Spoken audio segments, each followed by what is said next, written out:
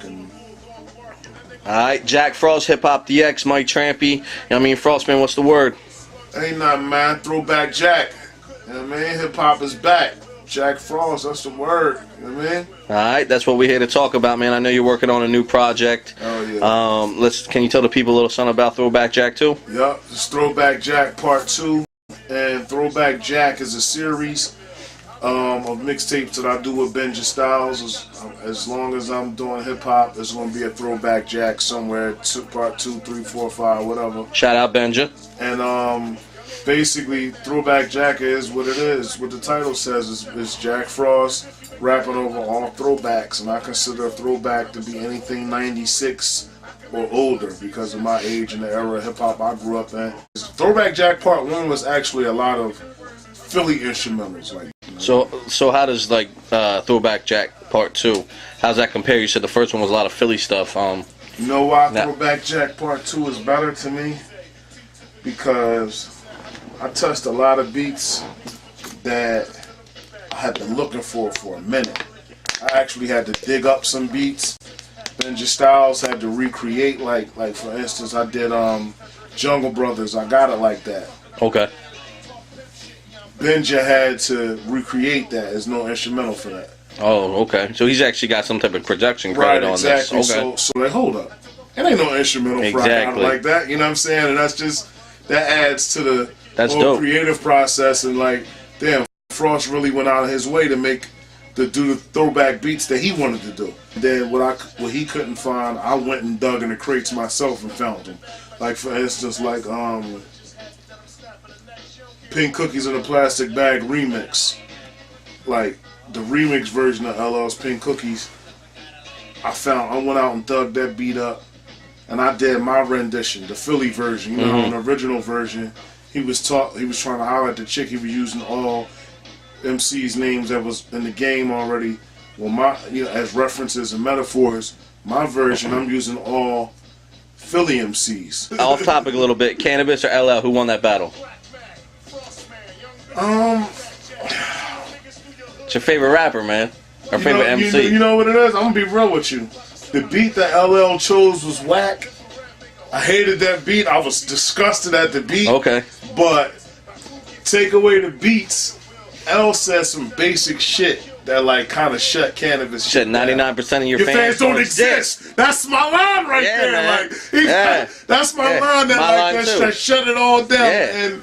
And 99% of your people, if you keep this footage and people see this on DX, they ain't gonna believe me. But Cannabis can look right in this fucking camera, right? And this ain't no disrespect to Cannabis, what I'm about to say. Look right in my face, Cannabis. Look at me. An hour outside of Magic City in '96. I had hair. I didn't need glasses yet. It was with Charles Sue. I was with one of my homies from Virginia. We had a bet. The bet was, if your man could beat my man, I'll get you a meeting up at MCA. Long story short, we went outside and battled. I gave Cannabis hell for like an hour. Niggas would have had to flip a coin. Know how I got over on them? Because I could freestyle. You know how people say they freestyle? Yeah. I literally can freestyle and start digging in your ass. All of the verses that you heard, I heard all them verses before they even hit the mixtapes. Clue and all that. He battled me with them verses. And I tightened his ass up. Oh, shit. I ain't gonna say I beat him, but I put him in a position to where as though I started talking about his clothes and stuff, freestyling, and then mixing written in, and he tried to do it back, and he got stuck. He said, "You fat, you fucking fat." Boom, that was it. He couldn't go no more. I said, battle over, man. Good battle. I'm cold as shit. Good battle. Shout out to Cannabis, man. Okay, so who are all the features right now you have on Throwback Jakk Part 2? Throwback Jakk Part 2, we got Cheek Raw and Cree Forch and Jakk Frost, the first time ever. Us three on a song together. Shout out to Cheek and Cree. I got Enes, the first time me and Enes ever was on a song together. I got Freeway on there, of course. I got Petey Crack on there. This is the first Jakk Frost Petey Crack. Just us two. I had Crack on the song, but it's the first time it's ever been just me and him going at it on the joint. It's long overdue, man. Yeah, yup.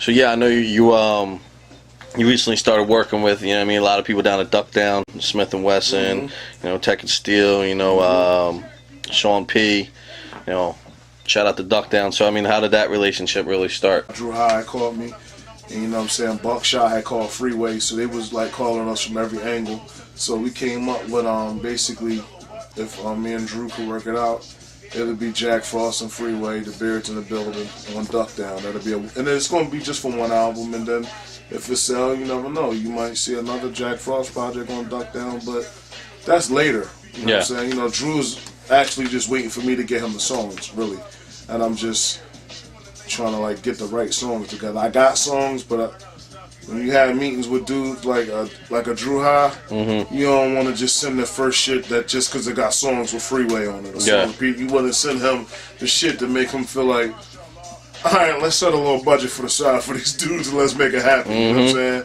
I'm interested in hip hop, you know, the culture, graffiti, and real DJs who actually own Wax and Technique 1200s and stuff like that, and the clothing lines like Art History and Child JP and Dub Caesar and stuff like that, skateboarding, just all of the stuff that embraces our culture in a more positive way.